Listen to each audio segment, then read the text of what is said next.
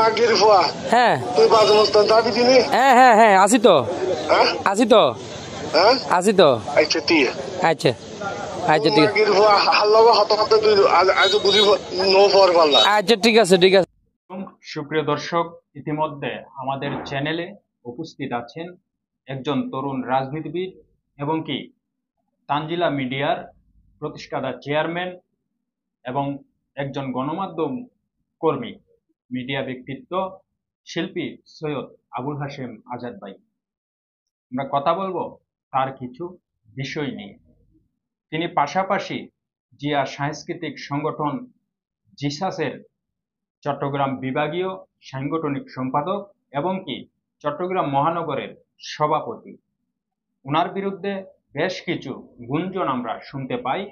উনি নাকি তানজিলা মিডিয়ার অফিসটি জোরপূর্বকভাবে দখল করে বসে আছে।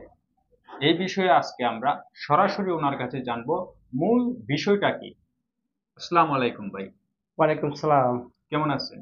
আলহামদুলিল্লাহ ভালো আছি। আমাদের এই চ্যানেলে উপস্থিত হতে পেরে কেমন লাগলো? অবশ্যই ভালো লাগতেছে। এখন যে বিষয়টা আমরা শুনতে পাচ্ছি, আপনার তানজিলা মিডিয়া যে অফিসটা আছে বাইজিদের, ওই অফিসটা নাকি আপনি জোরপূর্বকভাবে দখল করে বসে আছেন। এই নিয়ে আপনাকে বিভিন্ন সময় হুমকি দামকিও দিতে আমরা শুনেছি। আসলে কথাটা শুনে আমার কাছে হাসি আসলো। দীর্ঘ প্রায় 27-28 বছর আমি 2 নং জালালাবাদে বাস করতেছি। জি। চট্টগ্রাম 2 নং জালালাবাদ ওয়ার্ডে বাস করতেছি।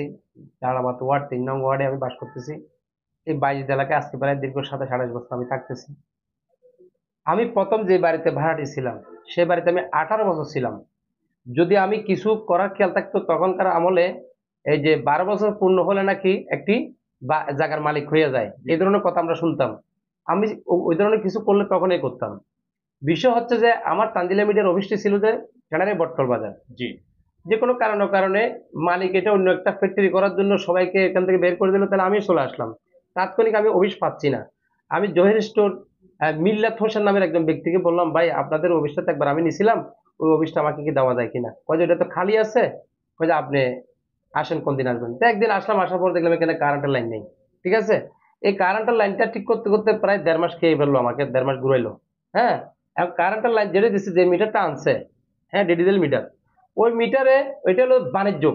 আমি যে রুমটা নিয়েছি তানজিলা মিটার জন্য, এটা হলো যে একটা ওই যে জিনিসপত্র রাখার জন্য, মানে এমনি একটা ঘর, ওখানে বাণিজ্য মিটারে কোনো প্রশ্ন আসতে পারে না। ওই মিটারে আমার মাসে মাসে অনেক টাকা বিল দিতে হয়। তাদেরকে আমি বলছি, তারা এটা পাত্তা জানে। এরপরে ওই যে ঘরটা আমি নিয়েছিলাম ওই ঘরে কোনো জানালা দরজা নাই। একটি এই একজাস্ট ফ্যান লাগানোর জন্য, একটি সাদা করার জন্য আমি মিল্লাত হোসেনকে বললাম যে মিস্ত্রি 1000 টাকা চাচ্ছে সাদাটা করার জন্য, অনুমতি নিছি আর কি। ঠিক আছে আপনি করেন, আমি 800 টাকা দিব, 200 টাকা আপনি দিবেন। আমি সম্পূর্ণ ক্লিয়ার করলাম। 10 মিনিট পরে ওই যে যেই অফিসের মালিকের পরিবারে আমাকে মেসেজ দিয়ে বলে, এটা তো আমরা দিব না, এটা তো আপনার কাজ। আরে বাবা, আপনার জানালা দরজা আমি কাটবো? এইভাবে আমার সাথে ওরা বিভিন্ন অ্যাঙ্গেলে কিছু বলার চেষ্টা করছে। তো ঘরটা নেবার আগে ওদের সাথে আমার সাথে একটা কন্ডিশন হয়েছে, কন্ডিশনটা আমি বলবো। বলার আগে আমি একটা কথা বলতেছি। গত জানুয়ারি মাসের আগে আমি বিপ্লব উদ্যানে একটা প্রোগ্রাম করতেছি, হঠাৎ এই আমার অফিসের জমিদারের বউ ফোন করলো, ভাই ভাড়াটা দিবেন না? আমি যে বোন, আমি একটা অনুষ্ঠানে আছি, হ্যাঁ, যে আমি এখন কথা বলতে পারতেছি না, এখানে প্রায় লক্ষ লক্ষ মানুষ, আমি পরে কথা বলবো। কয় যে ভাই আমাকে 500 টাকা ভাড়া দিতে হবে।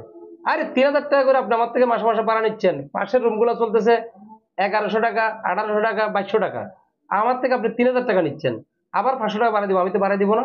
এটা বলে আমি রেখে দিলাম। এতটুকুই ওর সাথে আমার সাথে কথা। এরপরে মিল্লাত হোসেন আমাকে ফোন দিল, কো ভাই ভাড়া দিতে হবে। আমি যদি আমি ভাড়া দিতে পারবো না। তাহলে আমি দিব, আপনি 500 টাকা বাড়তি ভাড়াটা আমি দেবো। আপনি কেন দিবেন? আপনি কেন আমার ভাড়া দিবেন? আমি ভাড়া দিব। এটা বলার পরে কথা শেষ। হঠাৎ একদিন আমি এক জায়গায়, আমরা একটা মিটিং এ ছিলাম, ওই মুহূর্তে মোশাররফ হোসেন নামের যে ব্যক্তি, ওই রুমের মালিক, আমাকে মানে অজস্রে গালাগালি, তোকে মারি ফেলবো, তুই বাজি থাকবি, এই না সেই না, আমার মাকে ধরে অজস্র ভাষায় গালাগালি, আমার বোনকে গালাগালি, মিডিয়াকে গালাগালি। আমি সাথে সাথে এসে বাইজ গোস্তামি থানায় একটা সাধারণ ডায়েরি করলাম। এরপরে আমি এখন একটা উদ্যোগ নিয়েছি কি, যে আমি মানহানির একটা মামলা করব। এই গত মাসের ভাড়া, এই মাসের আগের মাসের ভাড়াটা, এখন চলতেছে এপ্রিল মাস, এপ্রিল মাসের আগের ভাড়াটা ওদের একজন এই ভাড়াটি আছে স্বর্ণ দোকানদার, ওই স্বর্ণ দোকানদারে মাঝে মধ্যে আমার থেকে ভাড়া নেয়। আমি নিজের টাকা নিয়ে গত মাসে ভাড়াগুলো দিবার জন্য গেছিলাম। স্বর্ণ দোকানদার আমার বলে যে ভাই আমাকে ভাড়া রাখতে নিষেধ করছে, তাহলে তো আমার কিছু করার নাই, আমি আর ভাড়া দিই নাই। এই গত মাসের পর আর এই মাস চলতেছে মাত্র প্রায় 15 তারিখ চলতেছে। তো আমার কথা হচ্ছে যে এরা যেহেতু আমাকে বিভিন্ন অ্যাঙ্গেলে গালাগালি তো করছে বিভিন্ন জায়গায় বোঝাচ্ছে যে আমি এটা দখল করার জন্য রাখছি। আমি আল্লাহকে সাক্ষী করে বলবো আমার ওই ধরনের আশা খেয়াল কিচ্ছু নেই। তবে আমাকে যে হুমকি দিছে, মেরে ফেলার হুমকি দিছে, প্রাণনাশের হুমকি দিছে, হ্যাঁ, জি। এরপরে যে আমার মাকে গালি দিছে, আমার বোনকে গালি দিছে, মিডিয়াকে গালি দিছে, আমি এটার জন্য যতক্ষণ আমি বিচার পাবো না ততক্ষণ পর্যন্ত আমার যেখানে যেতে হয় আমি সেখানে যাব। গুঞ্জন কখনোই সত্য হয় না। কিছু কিছু গুঞ্জন বাস্তবেই পরিকল্পনা করেই মানুষকে ফাঁসানোর জন্যই করা হয়।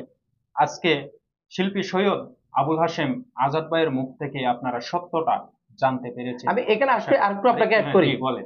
সেটা হচ্ছে যে আমি যখন আমাকে গালি দেয় এই ভিডিওটা আমি রেকর্ড করি, বৃহত্তর 22 বুস্তামি ব্যবসায়ী কল্যাণ সমিতির সকলকে আমি অবগত করছি, বাইরের লোকদেরকে অবগত করছি। থানার ওসি মহোদয় পর্যন্ত এই বিষয়টা জানে। থানার ওসি মহোদয় ওই ভদ্রলোক ওই যে ঘরের মালিক ওর ওয়াইফকে ডাকাইছে, ওর ওয়াইফ থানা যাচ্ছে না, হ্যাঁ, এটা সমাধান করে দেওয়ার জন্য অনেক চেষ্টা করছে, কারো কথা ওরা শুনতেছে না। ও কিসের পাবারে, কার পাবারে, কার ইঙ্গিতে সে আমাকে মেরে ফেলার হুমকি দিছে, এটার বিচার যতক্ষণ হবে না ততক্ষণ পর্যন্ত আমি ছাড়তে পারতেছি না এই মুহূর্তে। এলো আমার কথা।